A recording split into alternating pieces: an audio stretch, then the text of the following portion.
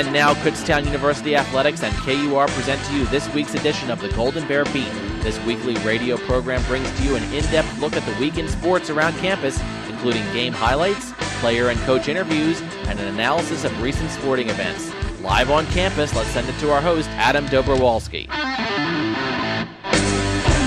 And good afternoon, everybody, as we start to get towards the end of September, the first month of the fall season here in 2013. And on this edition of the Golden Bear Beat, we'll be taking a look at Kutztown in its first home game of the season and in their upcoming opponent, two ranked teams in the mix. A tough part of the schedule for the Golden Bears football team. We'll also talk about some key games coming up for Kutztown women's soccer and field hockey, and we'll be hearing from each team, one of their senior leaders, coming up on this program. But let's start things off here with the KU football program. A tough loss to start the season against Clarion, who's now 3-0, and then a loss to Cal on the road, a team that is now 3-0. Two road losses for the Golden Bears, a tough 0-2 start, and really absolutely maybe the worst way to start the year in terms of strength of schedule. Can't get much tougher than 6-0 for the first two teams on the schedule, and then Bloomsburg 2-0 coming in to University Field. So the Golden Bears, a tough task as the Huskies ranked 13th at the time going in to University Field. But let's get things started for the Golden Bears as they began the game with the football. Alec Warner and crew, Alex Tanis, his receiver, Alex Ton-of-Catch Tanis, as we'll call him, as you'll find out in this game. Those two were connecting a lot, going up against Bloomsburg, a team number one in Division II through 2 weeks in rushing offense, well over 400 yards per game. Kutztown, as mentioned, had the ball first. A few third down conversions. One a completion to Tanis for 3 yards. One an incompletion that became a first down due to pass interference. However, a mishandled snap on a fumble allowed Bloomsburg to force a punt from Kutztown, but they would turn the ball over as soon as they touched it. They will punt it away. Andrew Deutsch, high kick. DJ Robinson bobbles the football. Golden Bears have it at the Bloomsburg 38.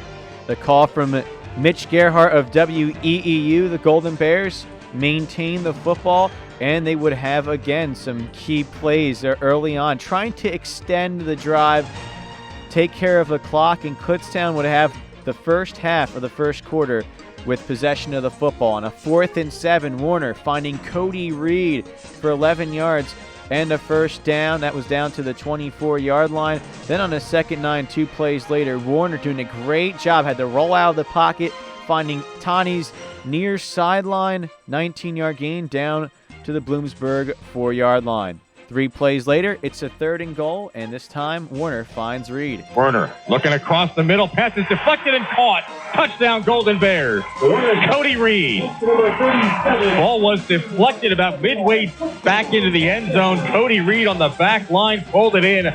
Touchdown Golden Bears, their first quarter points of the season. Fantastic focus by Reed as you hear that Bear roar. Kutztown grabs the lead. Unfortunately, the extra point off the crossbar. 6-0, Golden Bears in favor. After that, Bloomsburg gets the football, and we see a lot from Franklin Kouyaté, who set a PSAC record for career rushing yards the previous game for the Huskies. Kouyaté had a 30-yard gain on his second carry, but other than that, he was bottled up pretty well in this first drive. Bloomsburg got down into a goal-to-go situation, but on a 3rd down, an incomplete pass by Tim Kelly sent another PSAC record holder, and Dan Fisher, to go out for a 21-yard field goal. There comes Danny Fisher, the senior from Central Dauphin High School. He should be automatic from this range. Looking for his 51st career field goal. That would be a PSAC record. Hold and snap are good. And congratulations, Danny Fisher. So the score now 6-3, still in the first quarter.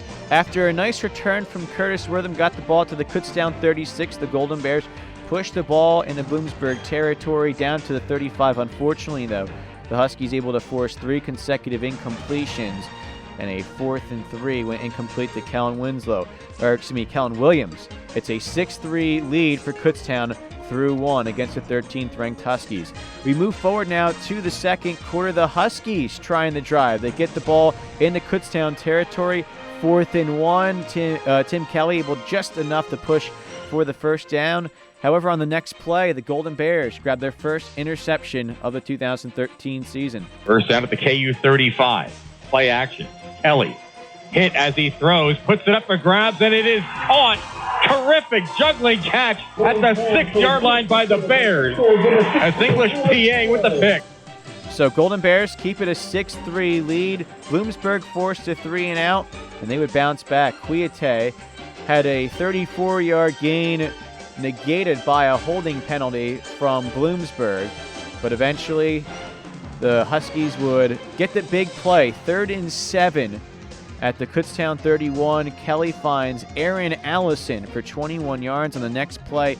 A beautiful touchdown run by Kouyaté. First and goal at the 10. Kouyaté looking for running room. Stutter steps the 10 to the 5. Touchdown. Absolutely carried Cody Kelso into the end zone.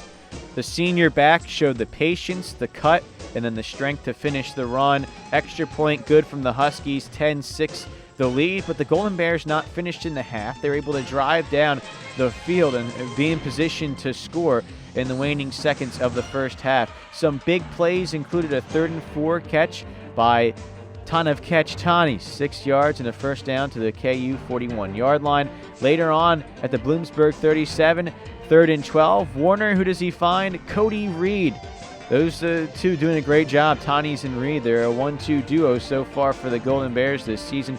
25 yards and a first down to the 12. Eventually, though, a big penalty by Kutztown on a holding got the ball from the Bloom 6 to the Bloom 16. Instead of maybe going for a touchdown, 5 seconds left, Golden Bears going for the field goal. Unfortunately, the 33-yard attempt from Nate Fair wide to the right, and the halftime score, Bloomsburg 10, Kutztown 6. Early in the third quarter, Kutztown trying to put the pressure on the Huskies. Huskies had a 51-yard field goal missed wide left by Dan Fisher. Then in the midpoint of this third quarter, Kutztown had a 4th and 1, had the ball at their own 41-yard line, deciding to go for it in a key situation. At the Bears 41, handoff Darrell Scott hitting the backfield, and he won't get it. Just not enough blocking on the left side to give Darrell Scott an opportunity, and they'll turn it over on down. DJ Robinson, J.P. Patrick in on the tackle for Bloomsburg, and credit the defensive front for the Huskies. They're able to get just enough penetration, pushing back one of the KU blockers into Scott where he couldn't cut forward, had to kind of cut to the side, and that allowed the tackle to go for a 2-yard loss. After that, though, the KU defense had a chance to shut down Bloomsburg. 3rd and 9 at the Kutztown 38-yard line. Tim Kelly finding a 9-yard rush for a first down. And then 3 plays later, another key 3rd down conversion, this time 3rd and 15 at the KU 34-yard line. Talking a 51-yard field goal from here. Kouyaté in the backfield. Kelly looking on the post, has it complete. 20, 15, 10, 5, touchdown. Connor Gaddis, defensive back, tried to deflect it away, missed, and Gaddis had to walk in the end zone. Extra point good from Fisher. 17-6 the score. Bloomsburg ahead through 3. Early fourth quarter, a fantastic punt by Andrew Deutsch, 55 yards. Got the ball down to the Bloomsburg 2-yard line. And again, the Golden Bears had a chance to close it out on a 3rd down. It was at the Bloomsburg 9-yard line, but Franklin Kouyaté, boy, this guy knows how to run. He's arguably the top player in Division II, and he showed it right here on this 3rd down run. 3rd down at 3. Draw play with Kouyaté. Breaks the tackle and has the first down. 15, 20. Breaks another tackle. Look out. 40, 45, 50. Golden Bears will pull him down from behind at the KU 30. And that broken tackle Mitch Gerhardt mentioned, that was in the backfield. Kouyaté straight up against the Kutztown defender. And all he was able to do, kind of just bounce back, sneak away from the defender, find the hole, break a few more tackles, a 65-yard run. And then later on in that drive, Tim Kelly finds Tony Peregrine for a 7-yard touchdown. Bloomsburg would go up 24-6 at this point. Kutztown able to get a score to make it 24-12, but Kwiatay after that 28-yard rushing touchdown for the final score. Bloomsburg 31, Kutztown 12. Now, a good game overall for Kwiatay. 23 carries, 170 yards, but more than half of his yards came in that last touchdown run and that big 65-yard play. And you also had in the second carry a gain of about 20 yards or so. So about 100 of his yards came on 3 carries. The other 20 carries for about 70 yards or so. So you can look at really how good the Kutztown run defense did for the most part against Kwiatay. The Huskies finished with 239 rushing yards as a team. Passing-wise, Alec Warner, 41 completions on 58 attempts, 351 yards, 2 touchdowns, 1 interception. That was late in the game. Alex Tanis, his second career 17 reception game. That ties his own school record for a single game. 122 yards. Cody Reed, 118 yards receiving. Those guys, the best 1-2 receiving punch statistically in the PSAC, and Tanis averaging more than 14 receptions per game. By and far the lead in Division 2 right now in terms of receptions at 14 and change per game. The difference between him and the number 2 guy is the same difference between the number 2 guy and the number 12 guy nationally for KU. Defensively, a strong game from Alex Dinolfi. He had 13 tackles and help able to guide the Golden Bears and really trying to slow down that Bloomsburg rush defense. But the big key here in this game ultimately came down to the timely plays from the 13th ranked Huskies, who are now actually ranked 11th in the nation with the new polls. The third downs were the biggest difference for the Huskies. 6 of 12 compared to 7 of 16 for KU, but it was the third down completions and what happened that were key. The touchdown reception, the 65-yard rush, and some of the other key plays that were the difference. But as we move forward here, we now hear from the head man of the Kutztown Golden Bears, Drew Fulmer, head coach for KU. And Coach, really, this game was a lot closer, I would argue, than what the scoreboard would indicate in terms of really the majority of plays, how close they were. But it was just those big plays by Bloomsburg that really made the difference on the scoreboard. That big third down run by Kwiatay, that big third down reception for a touchdown, and Bloomsburg able to make some key stops also when you guys were trying to get the ball moving the chains on fourth down. Absolutely. They made key plays in key situations, and that's what affects the outcome of football games. I thought our kids played hard for 4 quarters, and I thought we did a good job in some areas, in particular on defense. I thought our defense played tremendous for most of the football game, as was mentioned, outside of a couple of runs and some third downs. We had a chance to be in that ball game late in the game. Talk about what the team was able to do successfully, especially in the first half, to be able to maintain possession. It's what I like to call slowing the game down. Minimize the possessions. You have the ranked team on the road. It's in your place. Yes, they like to run the ball, so they're going to kind of minimize possessions themselves. You might as well, I don't want to say play their game, but you might as well slow down the game with them to minimize their effect of the run game and try and grab the lead early. And that's what you guys were able to do by having the lead for the majority of the first half, really. Well, yes. On offense, we were able to hold on to the ball a little bit, which is important. Keeping a player in an offense like Bloomsburg has off the field, we're able to move the chains a little bit and get in the end zone on the first drive. Unfortunately, we didn't get any more points, but again, we were able to help the defense out and keep them off the field a little bit. And when our defense was out there, the biggest thing was we had 11 guys getting to the football on every play, and they were doing a good job of getting the football back to the offense. Now, we've talked a lot about Alex Tanis, another 17 reception game for him, working a lot of him underneath, giving him some space. And now it just seems like if the cohesiveness of the offensive line continues to improve, which will happen as the games progress, there's a chance where they're able to get out in space, make some blocks for Alex, and if the receivers can continue to progress as blockers, that there's a chance that Tani's yards perception could really increase, and there's a chance that this offense could really start moving the ball faster down the field. Would you agree with that assessment? Absolutely, and I think even though it doesn't show with the wins and losses, I feel that we have gotten better as a team each and every week, which to me is one of the most important things, is that we get better every week, and our ultimate goal is to come out this Saturday and improve again and see what we can do to try to come away with a victory.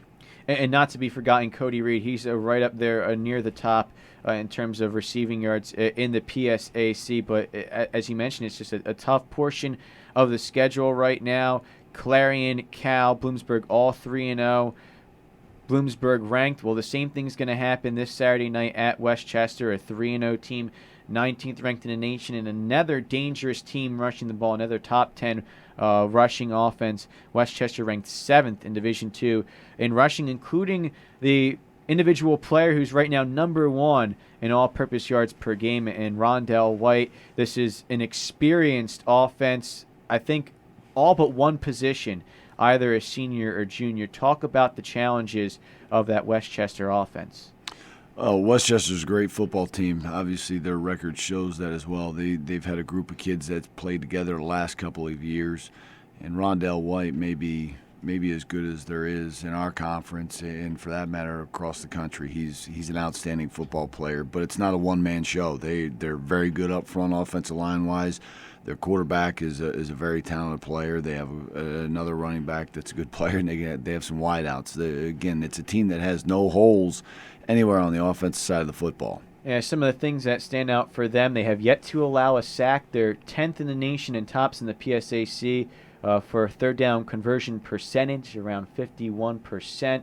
Also leading the conference first downs in terms of offense. So overall, a very good moving offense. I think, though, the bigger challenge this compared to Bloomsburg is their ability to spread the ball. They're going to try and make it where you're going to have to try and keep up scoring with them. And that's going to be a tough challenge because of really just the way that the offense has worked for you guys, where, yes, you've passed the ball a lot, but you've been able to get the short passes, try to move the change. How important is that going to be, trying to control the tempo, not necessarily trying to sling it down the field that quickly, but having that short passes, converting on those 3rd and 5s with maybe a 6 or 7 yard gain, and getting those short gains early in the series, 1st and 2nd down, to make more manageable 3rd downs. How do you feel that might be able to slow down Westchester?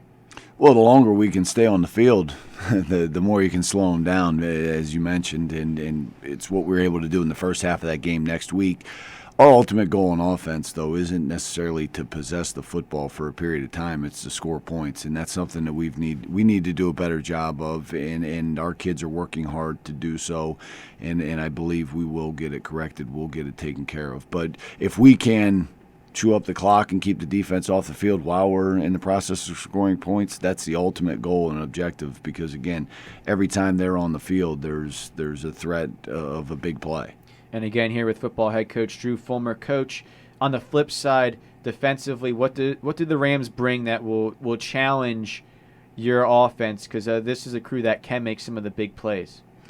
Well, they're a talented group. They're an experienced group on the defense side of the ball as well, and they're as athletic as anybody we've seen across the board at this point. So they have a solid scheme, and again, they're very well coached. So it's going to be a challenge to our guys, but one that we're certainly looking forward to. And it's going to be a busy day on campus at Westchester. The game's at 6 p.m., heard exclusively here on KUR, and we'll have pregame coverage, I believe, coming up about 10 or 15 minutes before kickoff. But it is a Saturday night game, a little bit more of that nervous energy for the players. It's going to be the first time it happens this season. What are some of the things you're prepared to tell those players on that Saturday where they don't make themselves a little bit over-anxious and exude too much energy before kickoff?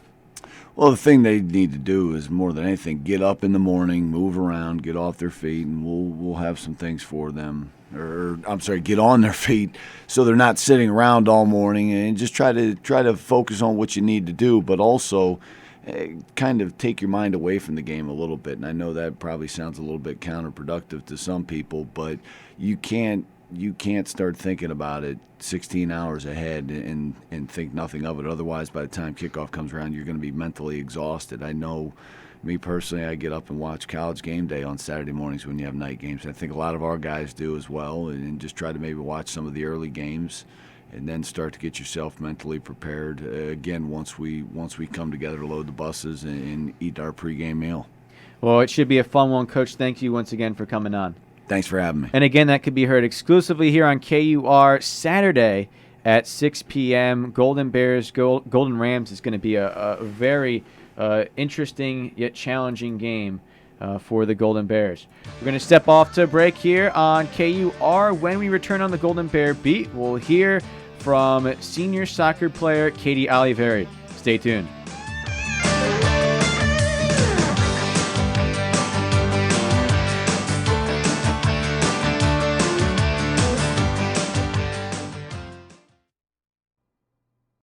And welcome back to the Golden Bear Beat, as Adam Dobrovolsky here with senior defender for the Kutztown University women's soccer team, Katie Oliveri. And Katie, thank you very much for joining me today. You're welcome. Thanks for having me. Obviously, a busy season for you, a real tough conference in the PSAC for women's soccer. 3-3 so far this season. Before we start talking about you and your Kutztown career, just your thoughts on how the team's doing so far this season. Well, I think we had a rough start. In the beginning, we were 1-3, and that's pretty uncharacteristic of our team. But now we're back at 500 after coming off a win of Pitt Johnstown and Seton Hill. And we have a big weekend coming up, so we're looking to go 2-0 this weekend and hopefully 5-0 the next games, because it's pretty important, because then we can clinch a playoff spot, hopefully. High hopes for that. Now, the last two games, the defense is allowed a combined 2 shots. So a real strong play right now by the whole team. And obviously, from the defensive perspective, you're kind of the one that leads the team. You're the quote-unquote, as when I used to play, called the sweeper in the central back position, guiding the rest of the defense where they need to go to make sure that the other team doesn't have any open lanes. Just talk about the level of communication you have to bring to the field game in and game out. It has to be high. Communication and energy is such a main component of our team and being successful.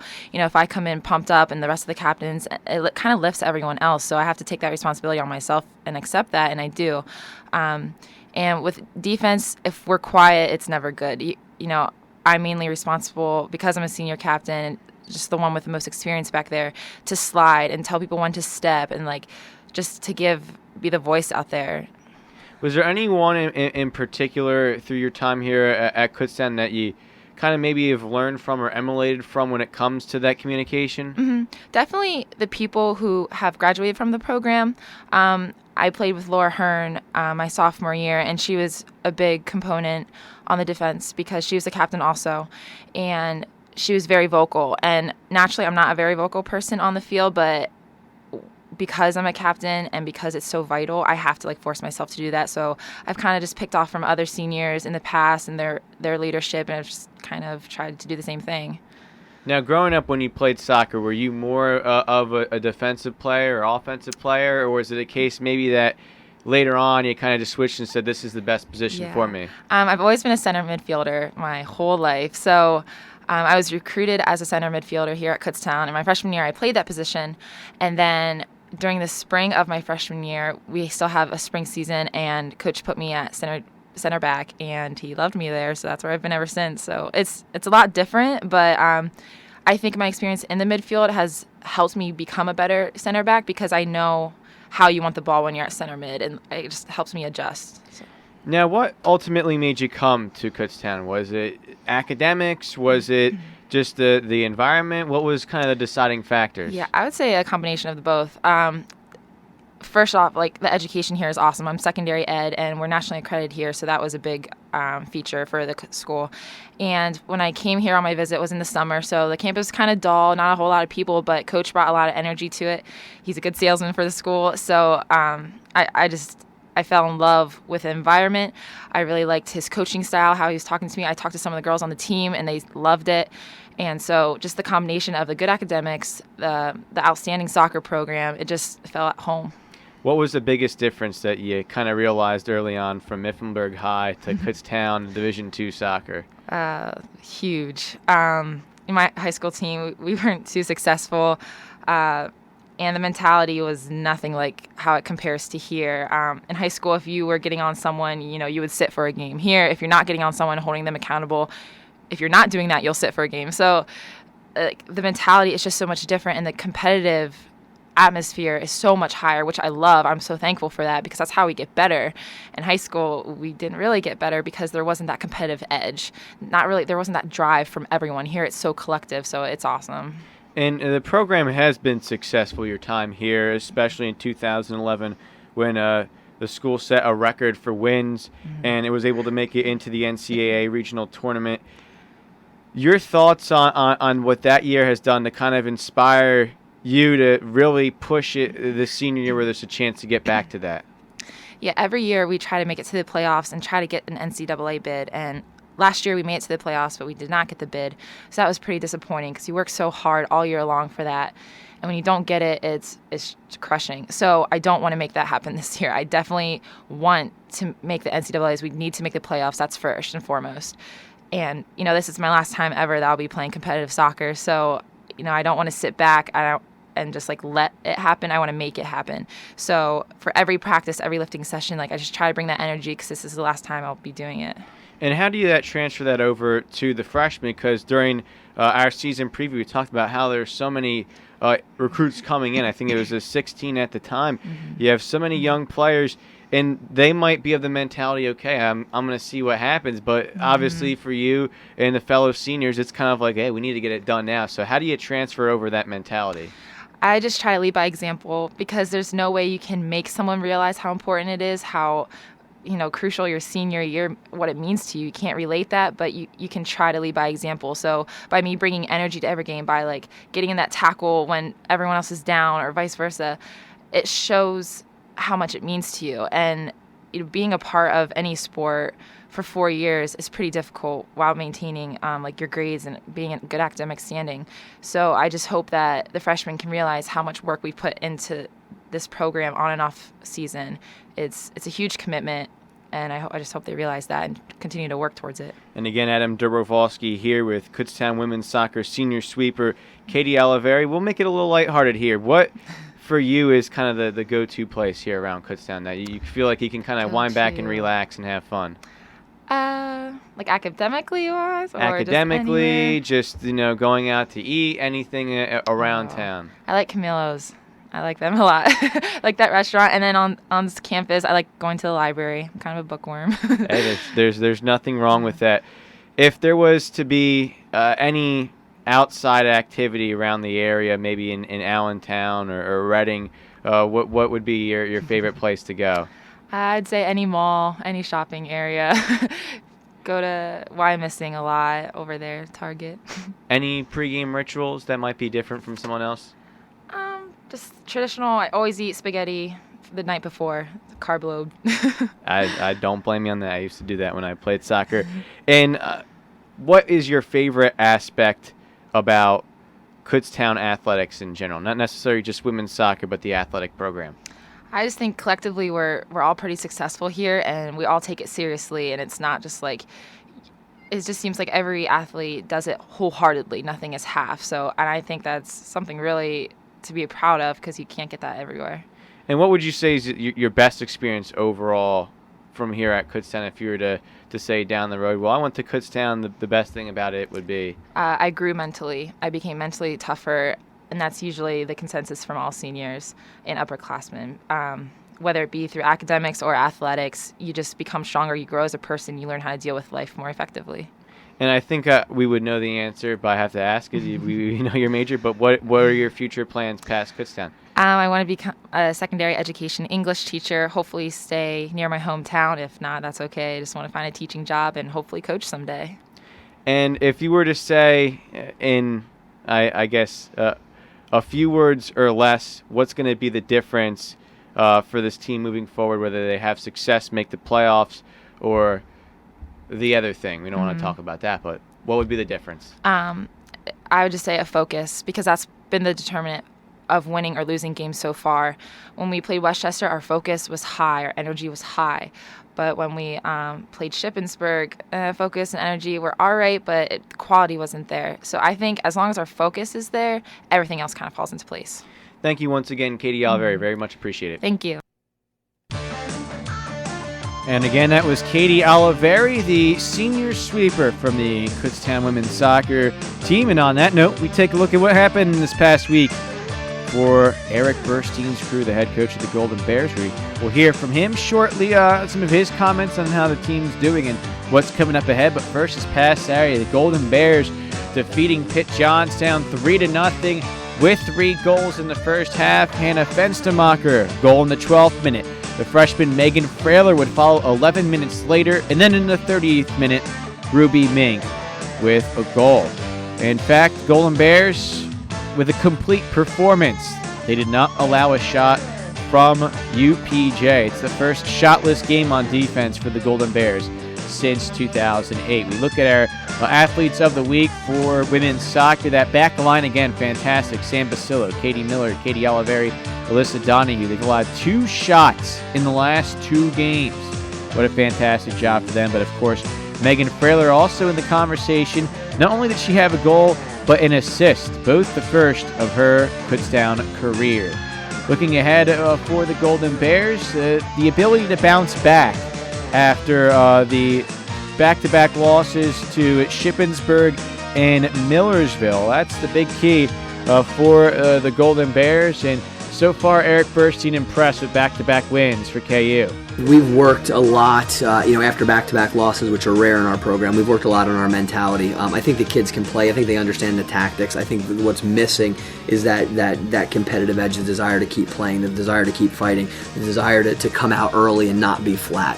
We had a great win against Westchester. We were very flat against Millersville. And then we went to Shib, had a good game, played well, and just were a bit unlucky. So now we need to find that run of form where we're really getting after it every single day. And we have, and it's proven to have some good results for us.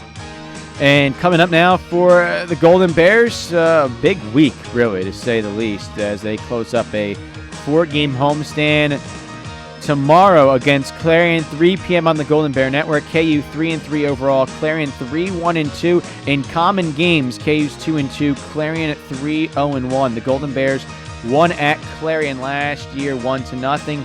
Coach Burstein talked about the Golden Eagles. They're a very difficult team to break down. They've got an excellent goalkeeper. They play in a fashion that really kind of deflates the game. So if you allow them to sit around and allow them to stay in the game, you can lose 1-0. Having them here is a huge advantage. Playing at Clarion's a tough place to play. But regardless of where we've played them in the last few years, it's been a 1-goal game. And it's come down to usually a late goal to win it. They're just a very disciplined, organized team. They're very defensive oriented. They play for basically a couple of good chances. And if we fail to keep our focus and we give up the ball in a dangerous area, they'll beat us 1-0. But if we come out and we put pressure on and we take advantage of some of our chances, then we can win the game. But in this conference, you can't count anything out. It's just a bizarre conference. And this year, it's probably the most competitive it's been in a long time. The following day, Saturday at 1 p.m. at Keystone Field, Kutztown against IUP. Now, going into Friday's game, the Crimson Hawks are 4-3 overall, 3-3 in the PSAC. They will have 1 game to play before they go against the Golden Bears. They'll play Mansfield on Friday, Kutztown on Saturday. So both teams back-to-back days. In common games, both KU and IUP are 2-2 so far. And at Kutztown last year, the Golden Bears and the Crimson Hawks fought to a 1-1 tie. Coach Burstein breaks down this game. They've got a couple of very dynamic, very good attacking players who are very good in 1v1 situations, who have great pace, can dribble, take players on. We've always played very well against them. The last 2 years that we've played them, their goalkeeper has been probably the best player in the game and has kind of kept us off the scoreboard. As many as we could probably score 2 or 3, and we only get 1. So this will be a very a very good rivalry game. Having to play it right after we play Clarion is going to be difficult because we're going to be tired. But so will they. They have a game against Mansfield. So very different teams. One team's more attacking. One team's more defensive. One team's more of a collective group that's difficult to break down. The other one's more individual, where they have players that can just run at you. So 2 very challenging games this weekend, but both very important games. And both games we probably are going to need to win. As for the finale of the 4-game homestand for Kutztown Wednesday at 3 p.m. on the Golden Bear Network, Kutztown hosting Bloomsburg. The Huskies are 3-5 overall, 2-5 in the PSAC. They will play a non-conference game on Saturday, but they will be 2-5 in the conference heading into that Wednesday game. In common games, Kutztown 3-1, Bloomsburg 1-3. The Golden Bears won 2-0 at Bloomsburg last year. We're going to step off to break. When we come back, we'll hear from a field hockey senior and Aaron Reynolds and take a look at the rest of the fall sports and what's going on in Kutztown Athletics. Stay tuned for the Golden Bear Beat here on KUR.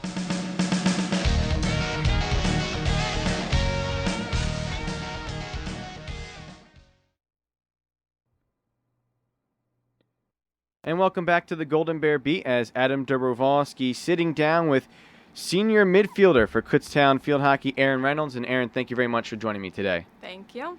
And your thoughts so far on the season overall for Kutztown Field Hockey before we talk about your season and your career. The team 3-3 started off 3-0. Just your thoughts overall on how the team is doing.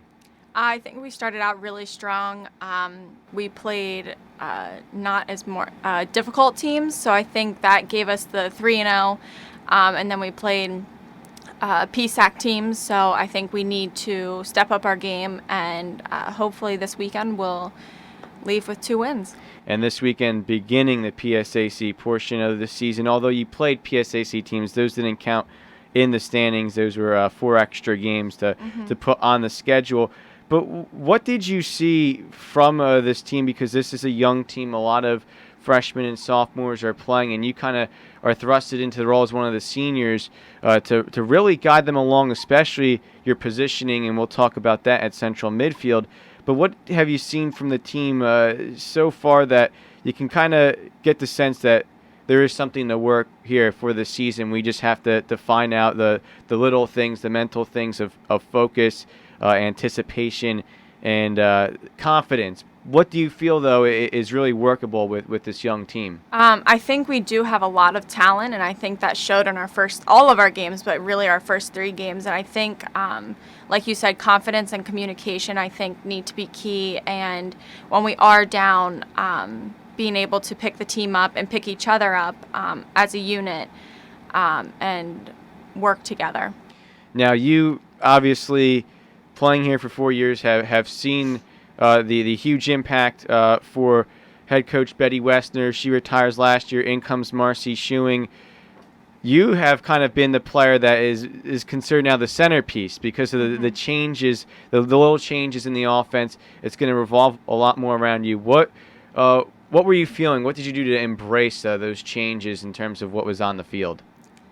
I played center mid last year, but this year I think it's different because we're working more as a unit to be successful. And so I think for me, I think being able to push offensively and support the forwards and my wing mids, as well as get back and support on defense and really being there for all the lines.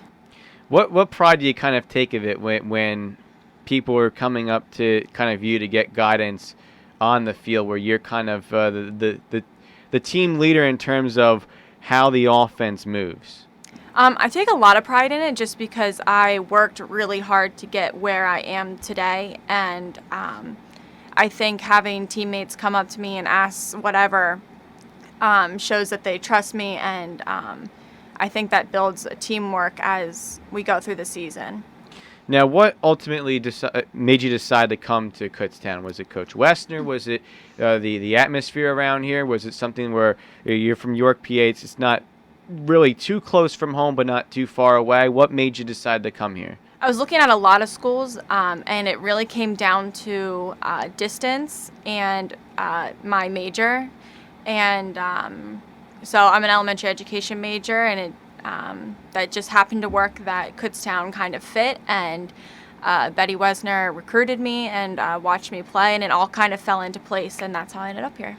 And what would you say so far have been the dividends in terms of academics? This is a good school for education. What have you really learned to really feel good about making that decision to come here? I think looking back on my past 3 years and now going into being in my 4th year, I think as an education major, Kutztown is known as one of the better education schools out there. So I think, one, having that on my resume and them preparing me to go out into the field has really helped. What do you think is the biggest challenge of being a student athlete that's also the education major? Because a lot of students do it, but maybe some of the students who aren't athletes understand how much more time you have to put in, because, well, you might have lesson plans to do, especially later on in college, to prepare for, whether it's later on for student teaching, but you also have all those athletic events that you're doing and practice and training and going to the gym and all this stuff to stay in shape. It's a lot of time management. Explain really the challenge of that. It's really difficult, especially this semester. I have 18 credits. So I think really time management is huge. And I think starting from freshman year, that has shaped how I function in school. There's a huge difference between the non-athlete education major and the athlete education major. You have a lot more time, free time, and when they have that free time, you're on the field, so you really don't have any free time.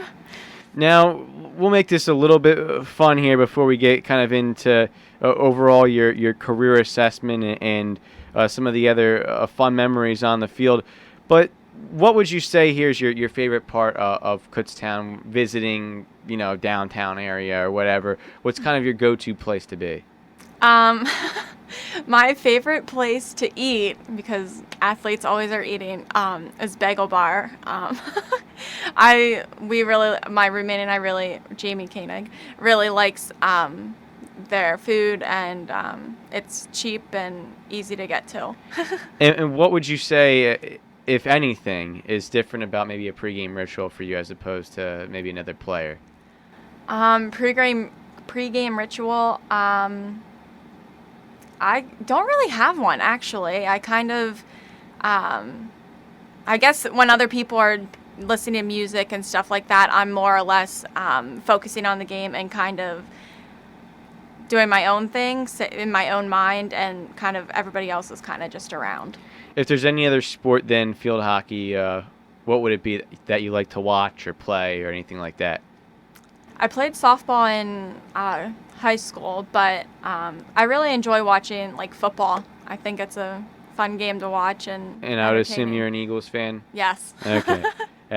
There's nothing wrong with that. I know it's been a good first week, and then the next two were a little bit rough. A little rough. And now they got the Broncos, which isn't going to be any fun. Yeah. But back here to the field, overall, how do you think you have grown as a player, and what has really helped out to get to this point along the way? I think from freshman year to now, because I played midfield all 4 years, I think growing as a player and becoming more confident with what my abilities are and what I can do on the field, and trusting myself and my teammates to work with each other to complete everything that we need to do. And what would you say, just off the field with your team, what has been some of the best times, maybe some of the players you really bonded with, maybe even beyond your other teammates? What has that been like? I think team-wise, I think fun moments, are really all the time when we're together. I think all of us as a team, we are loud, we're obnoxious, before practice, after practice, on the bus. We really just feed off of each other, which I think is really good. And hopefully this weekend that communication will carry on to the field. And we will have coverage for Saturday's game against IUP, Friday's game against Slippery Rock. We mentioned the communication, we mentioned the overall movement of the offense, but really, do you feel like there's anything else that's going to make a big difference for this team? Because right now it seems like I kind of mentioned it during Tuesday's broadcast, is that we don't know yet what's going on, let alone for the team in the conference, outside of maybe the top three, Shippensburg, Millersville, and Westchester, where they kind of really set the tone. So we don't really know what's going on in this conference just yet. What do you feel maybe besides the team confidence, chemistry, and overall communication? What do you feel might be the other difference? I think the major difference in us being successful is going to be if we work together as a unit or if we play as individuals. Okay, and one final question here. What would you say has been the best part as a Kutztown student athlete? Being busy is helpful. It keeps you organized. On the academic side, you have to get good grades and you have to keep everything up. Athletically, I think I've made a lot of friends. You have a support group, and it's a lot of fun being both a student and an athlete. Well, thank you once again very much, Erin Reynolds. Thank you. And best of luck for moving forward for the season. Already 4 goals leading the team, so we're expecting many more great times with you. Thank you. Thank you very much. And again, that's Erin Reynolds, senior midfielder for the Golden Bears field hockey team this past week in KU field hockey. As we take a whip around KU athletics, the Golden Bears Saturday faced Mercyhurst at home. At the time, Kutztown ranked 6th and Mercyhurst 9th. Unfortunately, though, this game kind of turned from promising to unfortunate. It was a heavy rain through much of the game. Kutztown scored the first goal off a corner. Erin Danner, who began the penalty corner, eventually got the goal, her 3rd of the season. Mercyhurst would tie it up at 1 at the half, but the second half is really where Mercyhurst were able to knock out the Golden Bears and take complete control of the game. Goals in the 52nd, 57th, and 64th minutes gave the Lakers a 4-1 victory. Meanwhile, Tuesday against Bloomsburg, neither team had a shot in the first 19 minutes, but Bloomsburg would eventually get 2 quick goals in a minute and 34 seconds in the first half and go up 2-0 at the half. They would add in 3 goals, 55th minute, 61st minute, 66th minute for a 5-0 victory. Your athletes of the week for KU, the sophomore defender Erin Danner had the lone goal of the week, and a defensive save in each game. Also of note, the goalkeeper Kayla Denglinger, 9 goals allowed but 18 saves. Did a real good job to keep the damage limited as the Golden Bears played strong to begin each game. Unfortunately, though, when the momentum was killed, the Golden Bears were just a bit flat and stagnant in terms of where they were placed on the field, and working a little bit on team chemistry. A young team, they're going to, as the year progresses, learn from these times here, and as they continue to learn on the field, they'll get more confidence. They'll be able to bounce back quicker. So right now, here's a point where the team needs to get that unity together, and, well, no better point than this Friday against Slippery Rock. The Rock ranked 10th in Division II. Kutztown already defeated Slippery Rock 2-1, but it was a +4 game.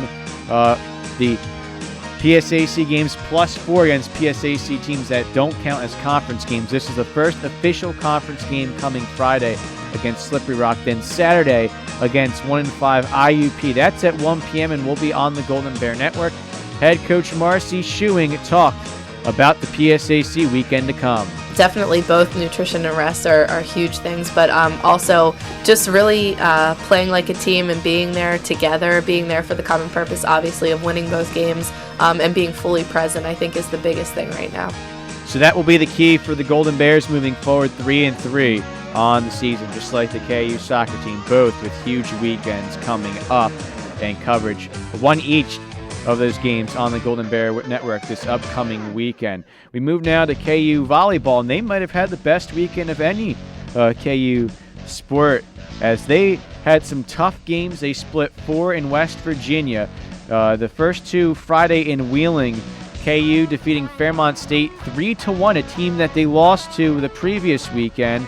And the Golden Bears getting net revenge. Head coach John Gump talked about it. Well, we approached the second Fairmont match like it was a conference match. We used the week to specifically prepare. We did video, we did scouting, and the kids did a great job of preparation during the week and then executing during the match. And obviously the result was much different and one that we much prefer. Kutztown lost the first set 25-20, but won the second set 25-22, followed up with 25-17 and 25-20 set victories. And Fairmont State got just their second loss of the season. They're 10-2 on the year. The following game, against Willing Jesuit, a team getting votes in the top 25, and they played like it, defeating Kutztown 25-20, 25-8, and 25-19. However, the Golden Bears would bounce back as they moved to West Liberty the following day, Saturday against Charleston, a 6-4 team. Kutztown winning 31-29, 25-12, 25-13, a three-set sweep. The team had 50 kills and 6 errors, arguably the best game of the Kutztown season. Coach Gump talked about that. We handled the ball extremely well on Thursday, particularly in the Charleston match. I think Audrey had 19 kills on 25 swings, but a lot of that is a product of our passers handling the ball and getting us into our offense, and then Anna running a great tempo. And when Audrey's able to run fast, she's really difficult to stop because she's so fast and she contacts the ball so high that when we're playing at a good speed for her, she's really tough to stop. So you'd love the Golden Bears to bottle up that performance and continue to use it moving forward. We'll talk about their upcoming weekend in a second, but want to close off their weekend here. Volleyball losing to West Liberty in 4 sets, 25-19, 25-19, 17-25, and 25-21. Your volleyball athletes of the week, freshman outside hitter Liama Goodrich had 3 matches with 10-plus kills. For the week total, 47 kills and 12 assisted blocks. Meanwhile, sophomore middle hitter Audrey Stringer continues her strong start to the season. As mentioned, that 19-kill game in 25 swings against Charleston. She had no errors, by the way. Her second game with a 75-plus hit percentage. She had 53 kills and 11 assisted blocks for the week. Coming up this Friday, Slippery Rock and Mercyhurst at Erie. KU is 4-3. Slippery Rock 1-7 against common opponents. KU lost to SRU 3-0 in Cheney last year. Meanwhile, Mercyhurst 6-4 on the season. KU 2-2 in common games. Mercyhurst 2-1. KU lost to the Lakers in 4 sets last year in Erie. Then the following day, Saturday, Kutztown moves to Gannon as they will face off against the Golden Knights and Edinboro. Edinboro is the first game. KU 3-4, Edinboro 3-3 against common opponents. KU lost in 3 sets to Borough last year. Meanwhile, KU against Gannon, the Golden Knights are 5-4. Both teams beat West Virginia State in 3 sets in the only common game between those two teams. KU lost to Gannon last year in 4 sets. A lot of preparation will happen for this upcoming week, especially for that first one against Slippery Rock. 4 games in 2 days, a lot of information to prepare for that Kutztown volleyball team. But senior Nicole Brumley, one of the team captains, talked about the excitement of the start of the PSAC season. I am personally really excited to get into the real core of the season, playing the PSAC West teams. It's always great excitement. It's going to be a difference, a change going straight into the season. So like I said, I think our team is ready though. Moving on to cross country, both the men and women finished 6th in the Lock Haven River Run. The men had 15 teams compete. They finished with a team 186. Zach Fleming led the way, finishing 10th. Jake Austin, 22nd. Jack English, 66th. Brad Mayer, 71st. And Joe Dias, 73rd. The women's side, 6 of 16 teams, a team 126. Frances McNally, a top 10 finish, finishing 8th. Molly McDonald, 23rd. Jen Cleary, 28th. Carolyn Fergus, 29th. And Jamie Daly, 38th. As for Kutztown tennis, the men's and women's team did some exhibition, the men's team did exhibition at Bloomsburg in the Open tournament this past Sunday, winning 18 of 24 singles matches, 10 of 12 doubles. Women begin their season today at 3:30. Go out to the Keystone Courts to begin the first team duels as they go up against Division III Albright, and they will also participate in the Bloomsburg Open to have some exhibition stuff go on Saturday and Sunday at 9 a.m. And finally, KU Golf at the Clarion Invitational this past Sunday and Monday. They finished 2nd of 14 teams led by Lauren Smith. She finished 6th. 163. Jackie Clifton also in the top 10 at 166. Madison Halsey 169. Devin Everett and Madison Beer 172. A team 666 total for the Golden Bears. That was good for second. Coach Rob Fisher talked about the team's performance at the Clarion Invitational. Oh, I thought we played really well. We got off to a little bit of a slow start on Sunday. Ran into a little trouble, had a couple big holes. Didn't put up the scores we would have liked, but then we bounced back with a really, really solid day on Monday. As for moving forward, the Golden Bears, they're off this weekend. What's up for them? What we're doing now is just trying to develop and improve on our confidence. Playing short periods of golf, 9 holes here, 9 holes there, staying on the range, staying on the short game, just kind of building on what we've got. We've established some pretty good confidence, we're playing well, and we want to keep that going. So that will be what's coming up next for the Golden Bears women's golf team here. But what we do now, step off, as that is it for the show here today for the Golden Bear Beat. A reminder, we have KU football kickoff at 6 p.m. tomorrow exclusively here on KUR. And, of course, Golden Bear Network stuff coming up Friday, Saturday, and Tuesday. Tune in to KUBears.com for more on that. Until next time, go Bears go.